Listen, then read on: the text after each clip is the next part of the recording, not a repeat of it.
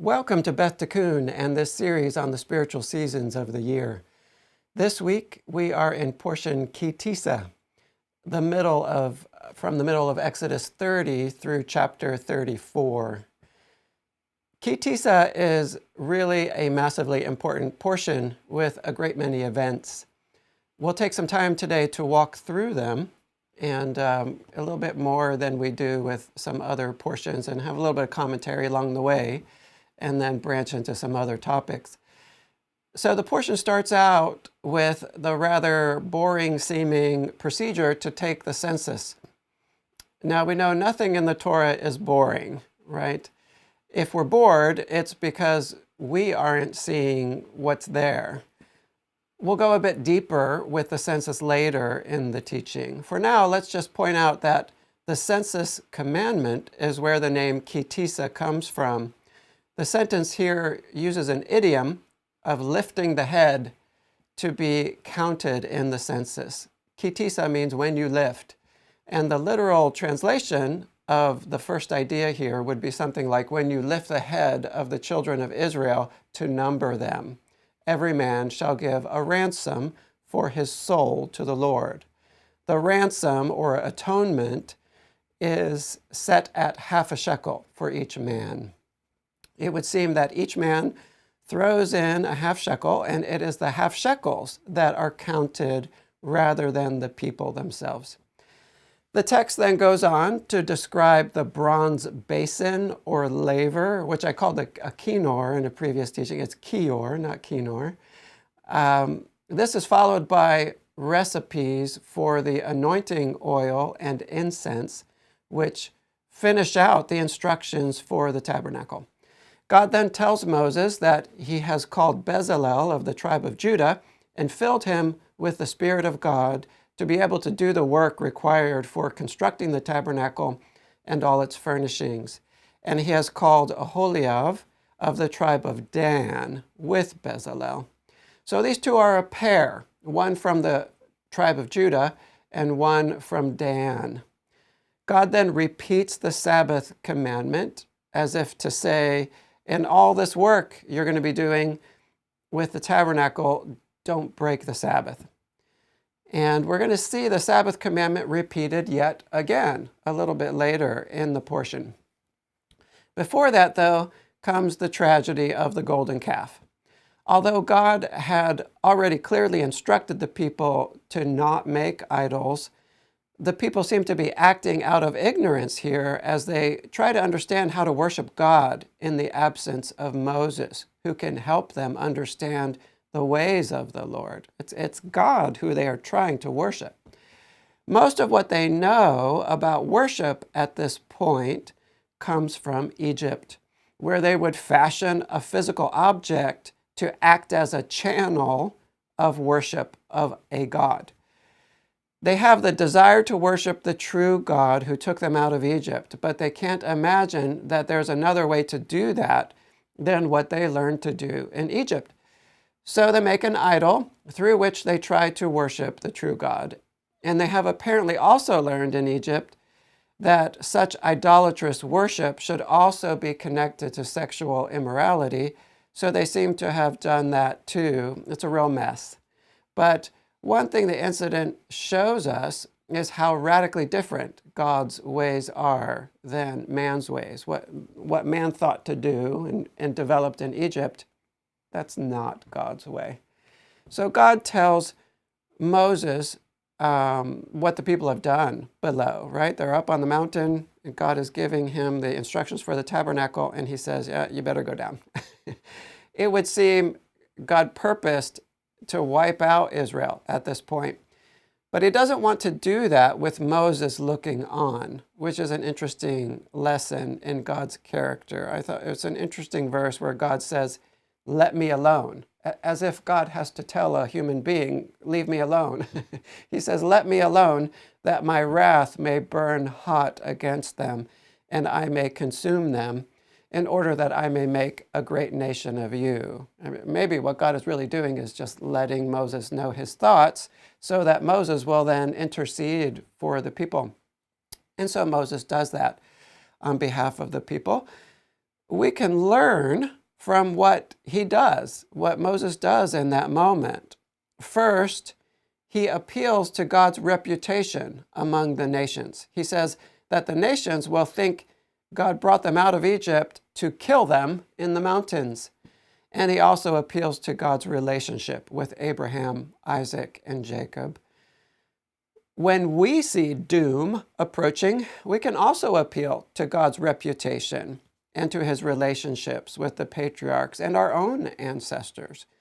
God, you had such a relationship with grandmother so-and-so, and just remember her at this time for me, on my behalf.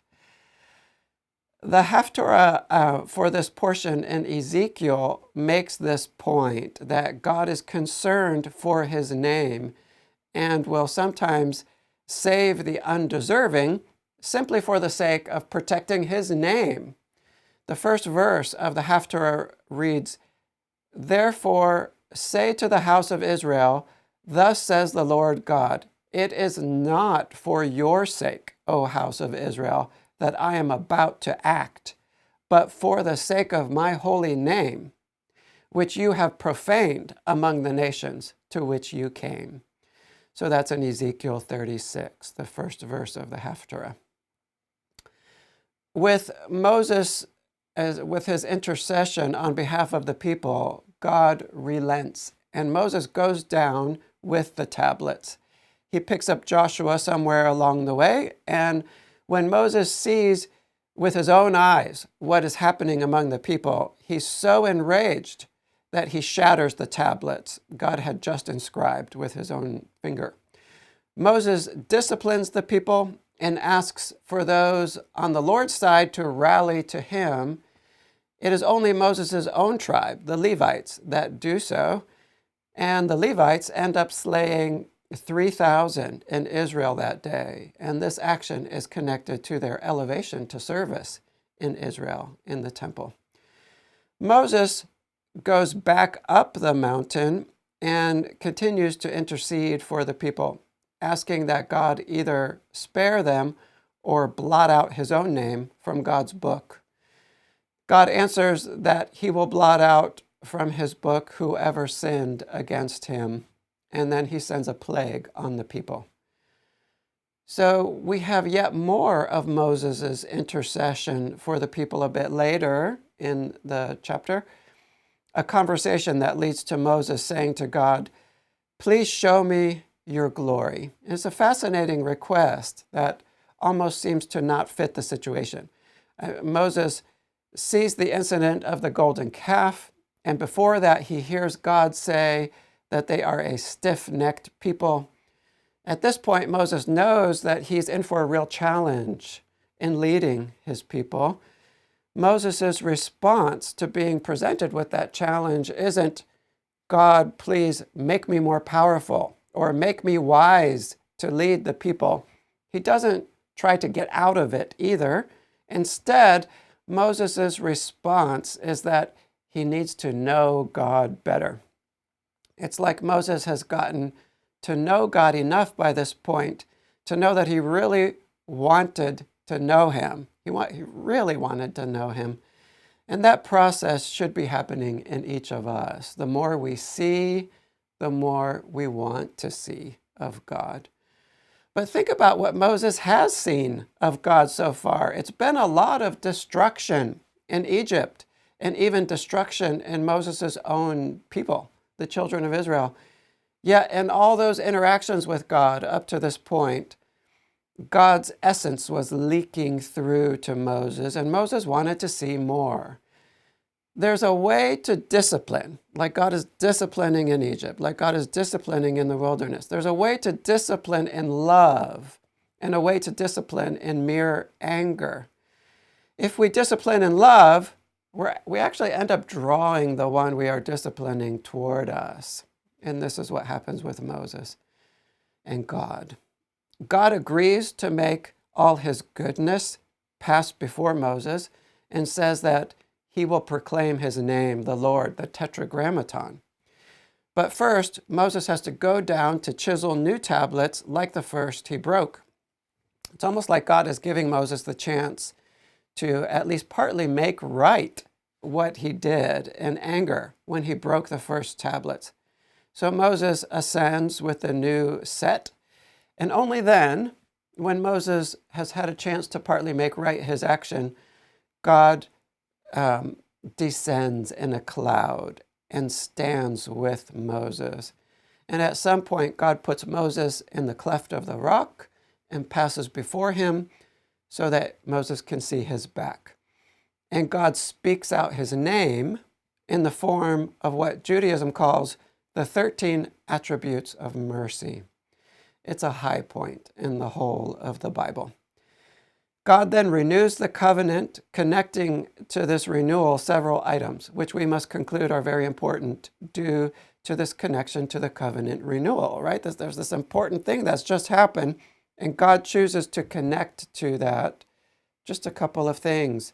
The first is the promise to drive out the inhabitants of Canaan. And so that's kind of the promise of future blessing. Okay, I'm going to forgive you. I'm going to overlook this. I'm going to bless you in the future. And the second thing he connects to this moment is the commandment to not make molten images, which seems quite appropriate here after the golden calf. And the third item connected to this important moment of covenant renewal is fascinatingly the reiteration of the Moedim, particularly the 3 pilgrimage festivals, and once more, the Sabbath. And we'll talk about why it might be that the Moedim of all things are among the few commandments connected to this covenant renewal in this transcendent moment when God reveals himself to a human being. Finally, as the portion ends, we read about the shining face of Moses, how his face would shine after he would talk with God, such that he felt the need to wear a veil after talking with God. So let's do some work now connecting this portion to the calendar. The first connection I'd like to make has to do with community. As the calendar draws to a close, we are functioning within a community as never before. Healing and maturity, the end of the calendar, living as we're designed to live, is all about connecting to each other and serving each other in the very specific ways we're given to serve. There are several places in this portion that speak to being bound together in community. And so I think that's appropriate for this season. So the first one is the census. As we mentioned before, Ki Tisa means when you lift the head. When you lift the head to take a census, or we can say when you lift the head to reckon people as part of this community, this nation. Being counted in the census is an affirmation of your status as an Israelite, but it's more than that. The lifting of the head implies healing. So hear this, being in community and healing are connected. And the opposite is also true. Being in sin and separation from community are connected. Sin makes your head drop, your face drop, and it makes you withdraw from people. The shame of falling cuts us off from others. We first see this literal connection of falling to sin in the text when Cain's offering is rejected and he is crestfallen. And God asks Cain, "Why are you angry? And why has your face fallen?" When a person's face falls, they are averting their eyes, right? They're looking away. They're not wanting their eyes to meet yours. If you find yourself or someone else pulling away from community, it's possible that deep sin is behind this disconnection and shame. In the same way that sin is connected to falling, raising up the face, raising up the head with a smile, right? Literally, we're raising our face when we smile. Have you ever thought of a smile that way? You're raising your face. And raising up the eyes to meet the eyes of others is related to healing and overcoming sin. So once again, lifting a head and being part of community and healing are like a package deal. They go together. So this lifting of the head is what this portion is about, being the name of the portion. But this is kind of a curious name for this portion. It's kind of a curious thing because we find here the incident of the golden calf, right? Well, that's a splitting with God. But then we also find God's revelation of himself to Moses here. So the fact that the title of the portion is related to the healing, right, the lifting of the head, rather than the falling, shows us where we should put our emphasis while reading this portion. We put it less on Israel's sin of the golden calf and more on the positives, like God's deep revelation of himself to a man. That's a lifting of the head. Another place we see this idea of community and unity here in this portion in regards to the census is in the idea of the half shekel. Many commentators make the case that a half shekel is incomplete, right? It's a half, it's not a whole. Seems a bit odd way to count a person with a half shekel. And so they go on to say that it is only in community that one's shekel is made whole. And Grant points out this story in the Gospels of Yeshua directing one of the apostles, maybe it was Peter, to go and fish for a fish, and he'll find a shekel with which he is to pay the tax for himself and for Yeshua, 1 shekel to pay for the two of them. Well, let's bring in the Moedim now under this point about maturity being linked to connection and community. So as I mentioned, the odd-seeming restatement in this portion of the Sabbath, yet again, along with the pilgrimage festivals, is connected here to God revealing himself to Moses and the renewal of the covenant with the nation. The text says, "You shall not make for yourself any gods of cast metal. You shall keep the feast of unleavened bread. 7 days you shall eat unleavened bread as I commanded you." And on it goes.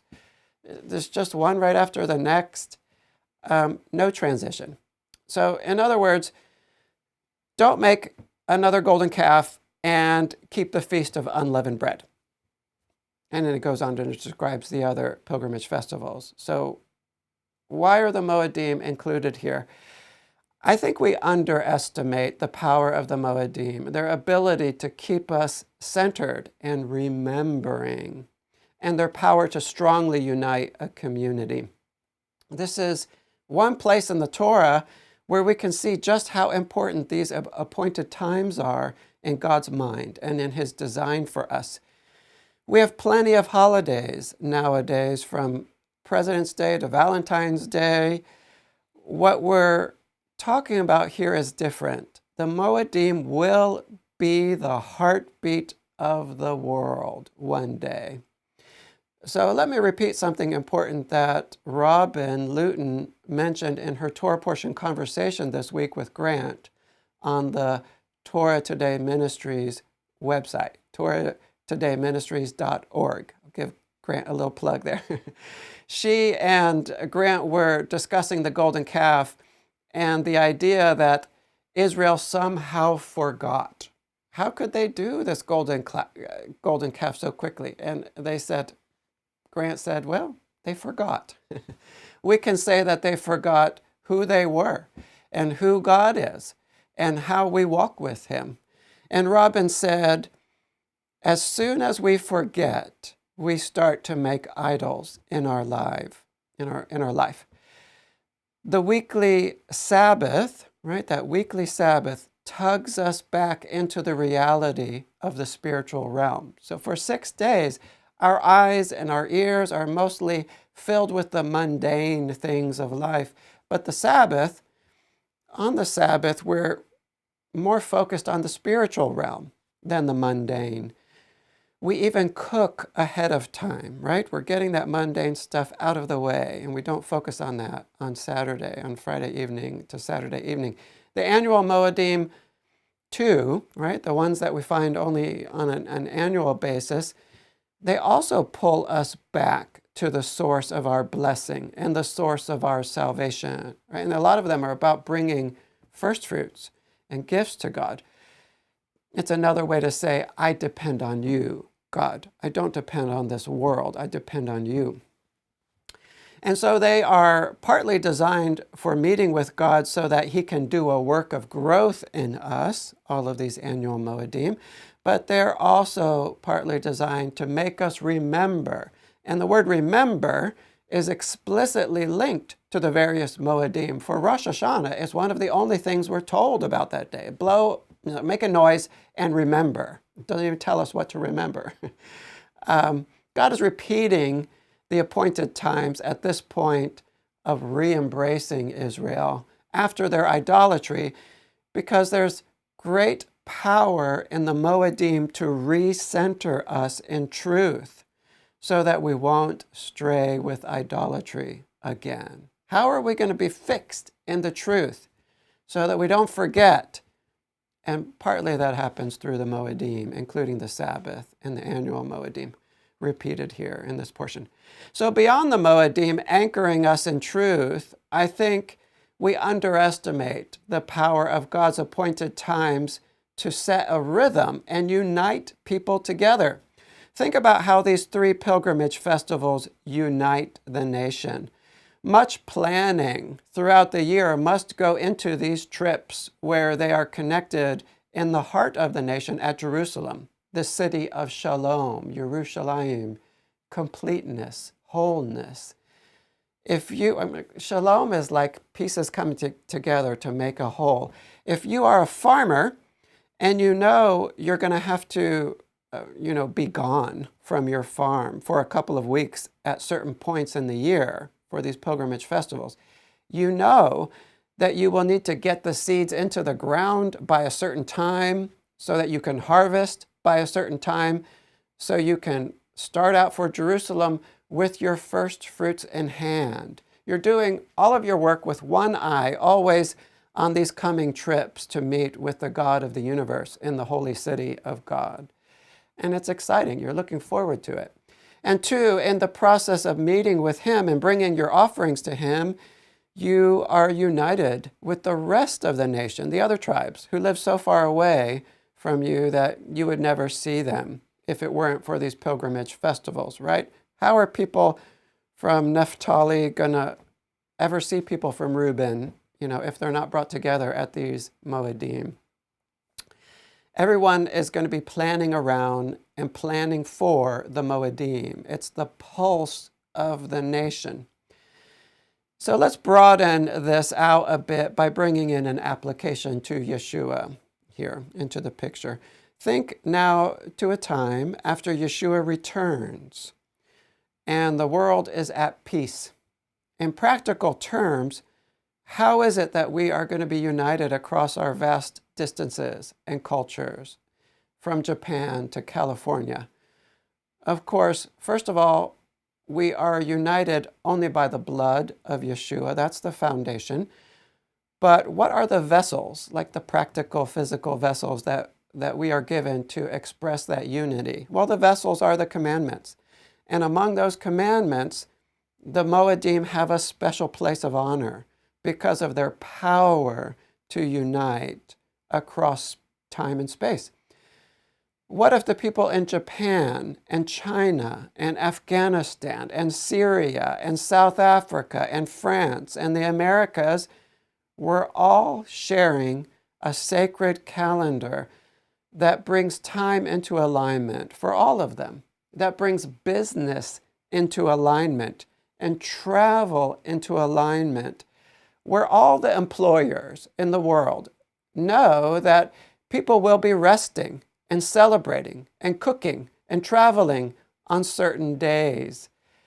It's one thing for a country to be in step like this. I mean, we can be in step like this for Thanksgiving and for whatever we do here in America. But the whole world, that's something else. We can't quite imagine right now.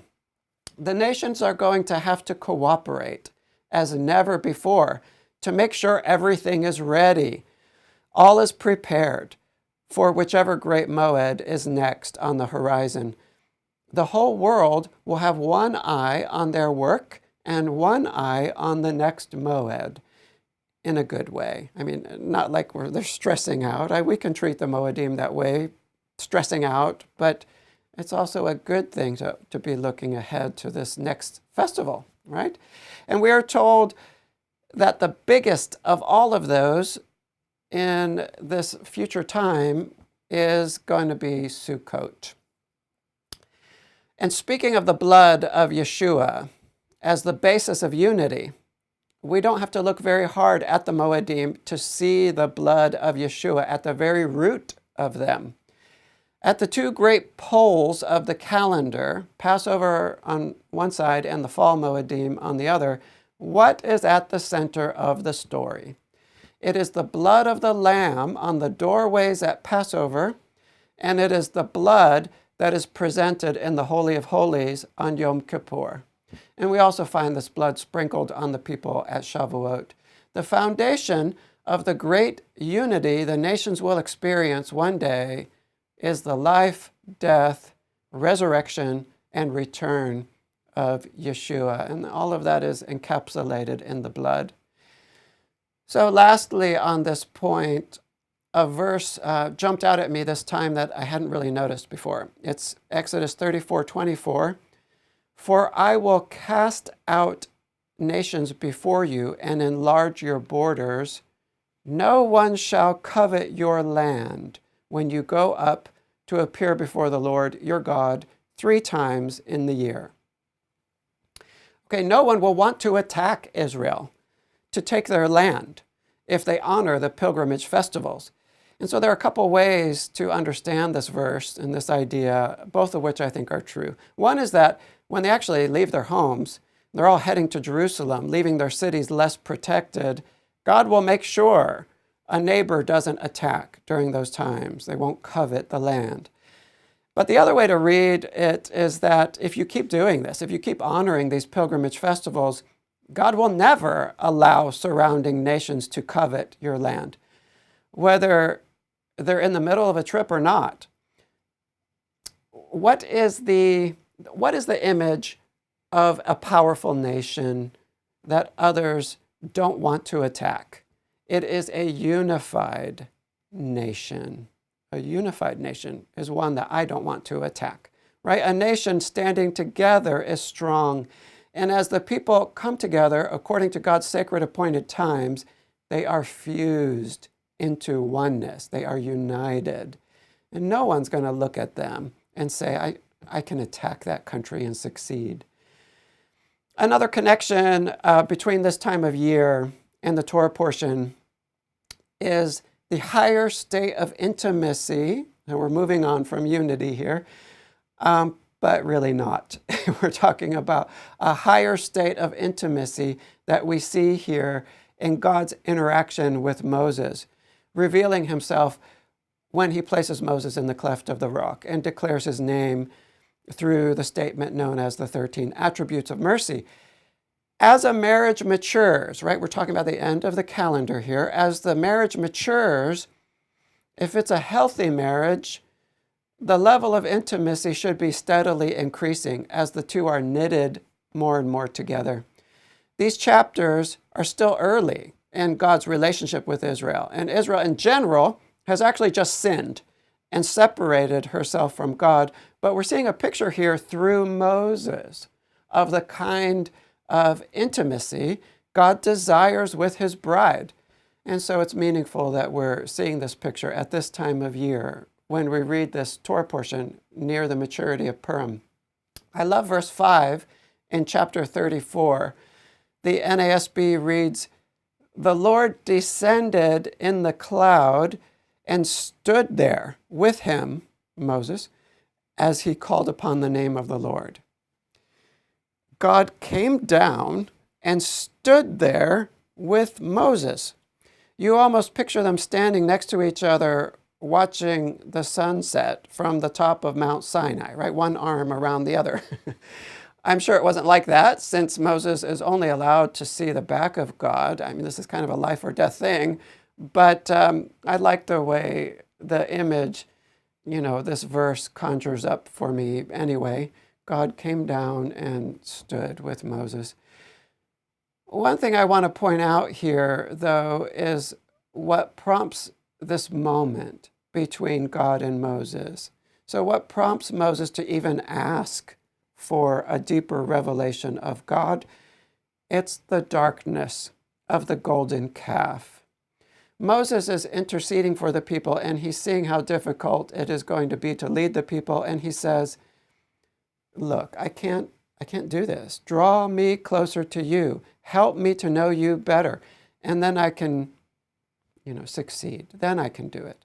In other words, here we have a glowing example of the general idea of Purim, which is the light emerging from the darkness, revelation emerging from hiddenness. The golden calf leads to this revelation with Moses, the 13 attributes of mercy. In the last teaching, we said that the darkness is the necessary context for bringing out the light. We simply don't reach for God with the passion He desires when our lives are full of cakes and cappuccinos. It's when we're facing that diagnosis from the doctor, when we're confronting the loss of a dream we've worked hard for, when we're coming to terms with brokenness in our relationships with others. It's when we're in the darkness that we reach out to Him with passion and say, show me yourself. I trust you. I'm walking with you, but help me to walk even more closely with you. If there was no golden calf, there would be no revelation of the 13 attributes of mercy. And so this is another example, again, of that central aspect of Purim and the spiritual season in general, the bringing forth of the light from the darkness. It's at this time of year that we're reading about one of the greatest falls into darkness, followed immediately by one of the greatest lights the world has ever seen, this revelation to Moses.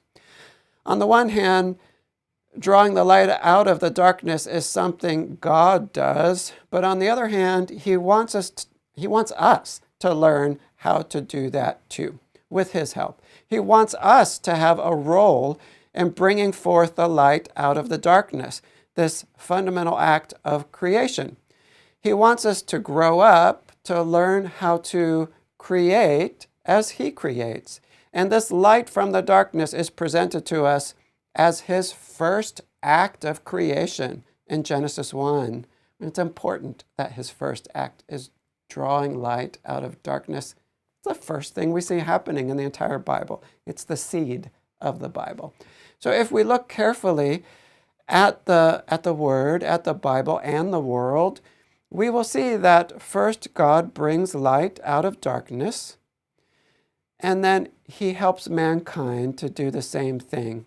God shines a light, and then He brings a darkness for mankind, and in the context of that darkness, He helps mankind to reflect that first light that He gave.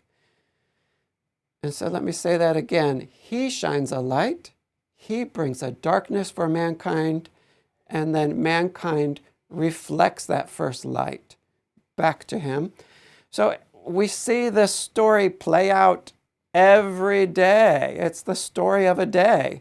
The sun shines, and then comes the darkness, and in that darkness, eventually the moon rises, and the moon reflects the light of the sun. So I think it's just amazing, just the picture that God gives us. He gives it to us in the day. He gives it to us in just everywhere we look. We need the darkness so that the reflected light can be seen and appreciated. The full moon on a dark night speaks much to the human soul, right? You can't help but see that full moon, and it's dark, and it just does something inside of you. I'm going to say that that is an evangelistic moment. It's an evangelistic moment. This concept is not only a main key for understanding Purim and this time of year, but it's also alluded to in our Torah portion. Do we really need to know that Moses' face glowed after he would talk with God? I mean, it's an interesting detail. I love the fact that it's in there. I like picturing that. But I don't really see the Torah giving us details just because they're interesting. There's deep meaning in the fact that Moses was reflecting the light of God. That's a picture of what all of us are supposed to be doing as the bride who is connected to the moon with the chance of fertility each month.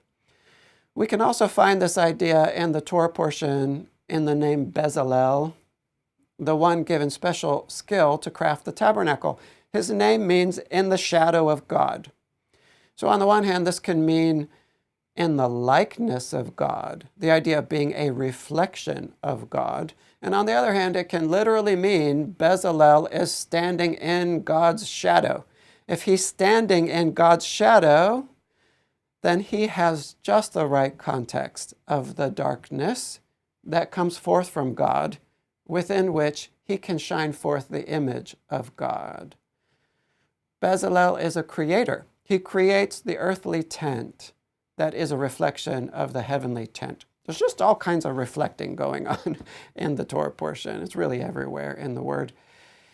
If we look carefully, we can see this first light followed by the darkness and the reflected light in many places and in many scales.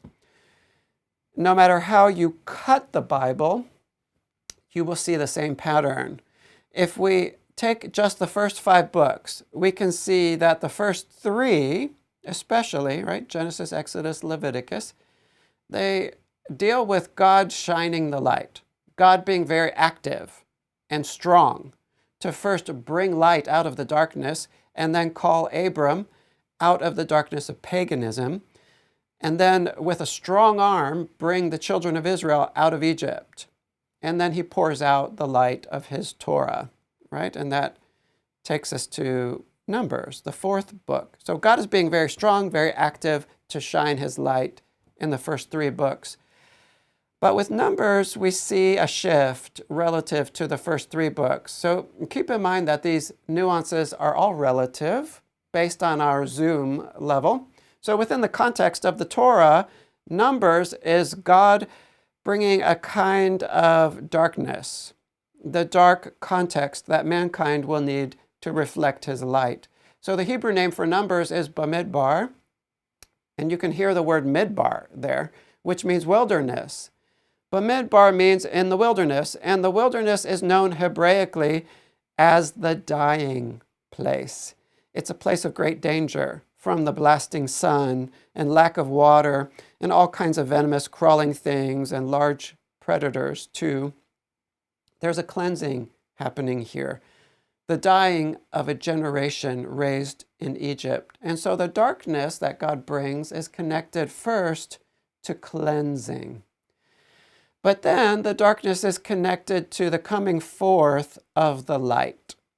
God brings his dark context for us, cleansing first, bringing forth the light, the reflection.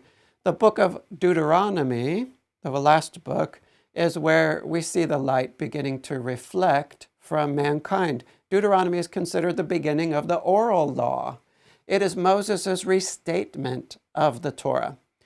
So let me say that another way. Deuteronomy is mankind's first reflection of the light of the Torah.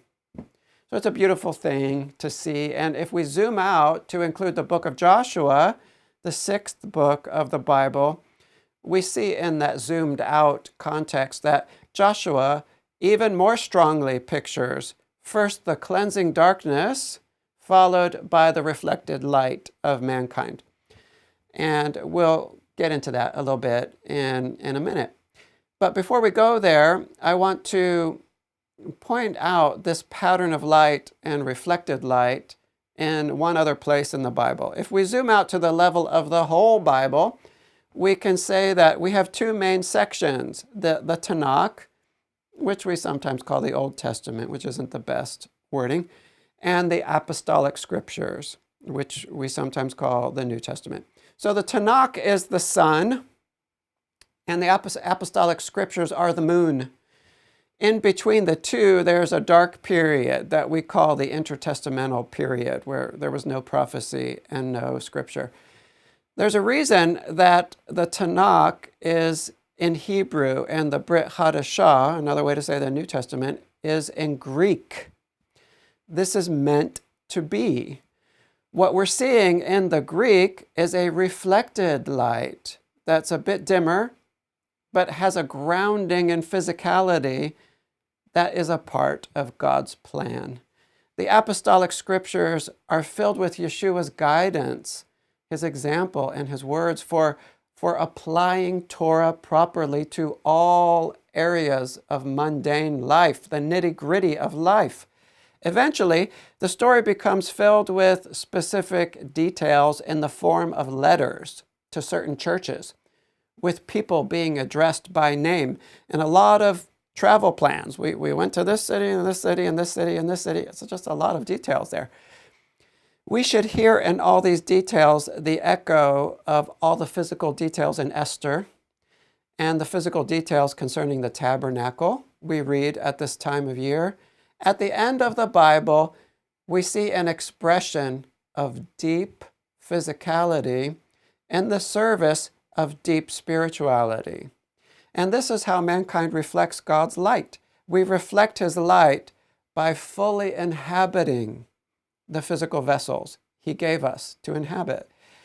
And we put those vessels to good use, to spiritual use. That's how we climb spiritually. That's how we transcend spiritually. We do it through the physical and entering it into all those details. There's much to say here about this topic. There's so much more to say. But the last point I want to make here, connecting the Apostolic Scriptures to the reflected light, is that the first chapter of the first book of the Apostolic Scriptures points us to the waxing and waning of the moon. This is something Grant has taught us. Matthew begins with the genealogy of Yeshua, and that genealogy finishes like this.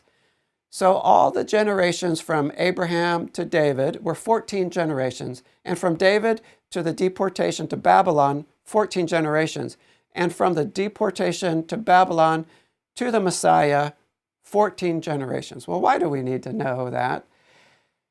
Grant has observed that 14 is half a lunar cycle, right? A lunar month is 28, 29 days.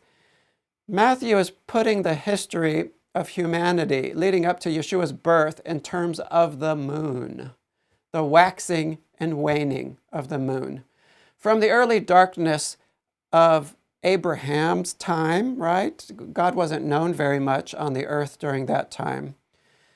So from that dark time of Abraham to the bright light of King David and the kingdom of God in the land, that's half a lunar cycle. Right? It takes half the lunar cycle to go from darkness to light, the full moon. From the brightness of King David to the darkness of Babylonian exile, that's half a lunar cycle. If this is how the Apostolic Scriptures begin, then this idea is critical for understanding the deeper nature of what follows in the whole of the Brit Hadashah. This section of Scripture that we sometimes call the New Testament is especially connected to the moon. It's fascinating. It's fascinating the many ways that God is speaking out these messages to us. It's just every time I see a new thing, it just amazes me. So let's turn now to Joshua 12, which is basically a listing of all the kings defeated under Moses and Joshua. Under Moses, 2 very powerful kings east of the Jordan are crushed, and under Joshua, 31 kings west of the Jordan are destroyed, for a total of 33. And I'd like to use, this last bit of time remaining here to do something of a summary of the overall connection we've been making between the calendar and the book of Joshua, so that we can see how Joshua continues this movement toward mankind reflecting God's light. So in the pattern of salvation, there are two halves, and we see these two halves in the calendar. We can call them summer, or the summer side, right? Spring to fall. And the other side is winter, fall back to spring. The summer side is about rebirth and childhood and adolescence. The winter half is about adulthood and marriage. If we zoom in on the second half, just the winter side, we see two main steps there, right? We've got summer, and then we've got two steps in the winter, divided exactly in half with the winter solstice at Hanukkah. So we can call those two steps on the winter side, we can call those Hanukkah and Purim. Hanukkah has a lot to do with battle and cleansing, right? They have to clean the land from the Greeks, and they have to cleanse the temple from the impurities that the Greeks have introduced there at the temple. So it's during the cleansing of the temple that we see the miracle of the menorah happening. Purim has a lot to do with putting that cleansed vessel to use. So there's the cleansing aspect to the darkness that comes first. Then there comes the putting to use of that cleansed vessel, and we see that in Purim. So I'm ignoring a lot of other connections here, but in general, like I said, step one, cleansing the place. Step two, fully inhabiting that vessel. Really, the Spirit can flow into the vessel when it's clean. Flows from your inside out into the vessel when that vessel is clean, and then we go ahead and start using the vessel for transcendent good purposes. And so in the winter, we cleanse and inhabit. We cleanse and put to use. Now, how does Joshua fit into that picture? And so I'll do this quickly. If you lose the thread, don't worry, it'll be over soon. So if we widen out our perspective to put Joshua alongside the first 5 books of the Torah, Joshua clearly carries the characteristics of winter. And it does that even more than Numbers and Deuteronomy do, like we just looked at, although those do as well. It's a relative thing. Within this framework of the bigger zoom out, the Torah tells the first half of Israel's salvation story, and Joshua tells the second half. The Torah ends with Israel standing on the east side of the Jordan, ready to cross over into the land. And Joshua picks up from there. And interestingly, in the same way that the winter, right, we're saying Joshua is the winter. In the same way that the winter has the two main holidays of Hanukkah and Purim, Joshua can easily be divided exactly in half, in two. Joshua divides into the first 12 chapters and then the second 12 chapters. And we can say the first 12 are like Hanukkah and the second 12 are like Purim. In the same way that Hanukkah is about battle and cleansing, the first half of Joshua is about battle for and cleansing of the land, the purification of the vessel. And just like Purim has a very deeply physical context from which the spiritual light emerges, Purim is very physical, and the light is coming out of that. God is very hidden. There's a deep darkness there. The second half of Joshua is about settling into the darkness of the physical land, dividing it up into portions for the tribes, inhabiting the cities, inhabiting the homes. The point of this descent into physicality is so that the spiritual light can shine out from that place, from that land. What a light to the nations Israel is meant to be in that physical place. A God-fearing, Torah-loving kingdom in the middle of the planet where they treat each other as brothers and sisters, where they look out for each other and establish each other and steady each other. That's the light that emerges from the darkness. And we see that start to happen in the second half of Joshua when they are apportioned their territories and settle into their land.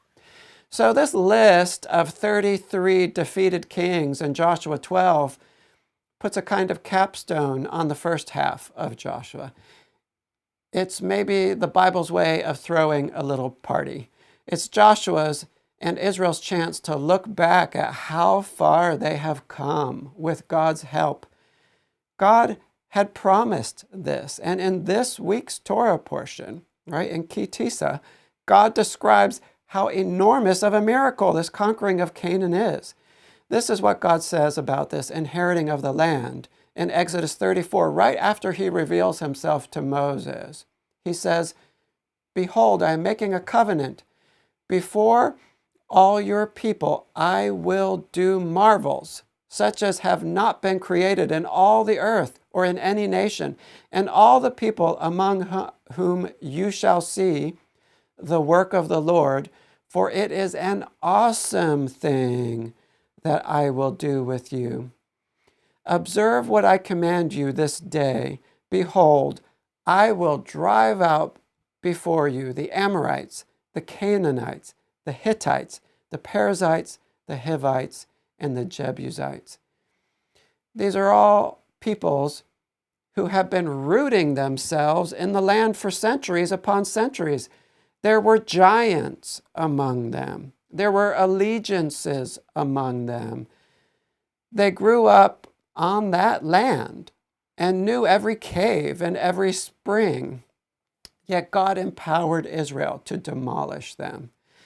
And he does the same with us. We might look at a giant in our physical flesh, in our vessel, and say, "God, that thing has been there for longer than I can remember. It is rooted there, even if it is a squatter and it shouldn't be there. It knows the territory better than I do at this point, and it has outsmarted me for decades. It's 10 feet tall and has 12 fingers and 12 toes. I can't stand up to that thing. Impossible." And God says, "I did it for Israel when they came up out of Egypt and in faith crossed into Canaan, and I will do it for you too. Just go down to the brook, get you 5 little stones, and march right out to meet that giant and watch him fall. When I'm on your side, we're not playing by the natural rules. You might be little compared to that giant, but there's a very big God standing behind you." Well, that's all for today. Thanks for listening. May God make us a people who use the darkness and struggles of life to seek God's face, to ask to know him better.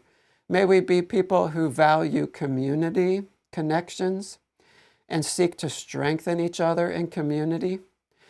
May we search for his clever hiding places and delight in him when we find him there. May we refuse to cower in front of the giants in the flesh, but instead focus on the God who stands with us on the battlefield. And may he make us into the people he wants us to be. Shalom.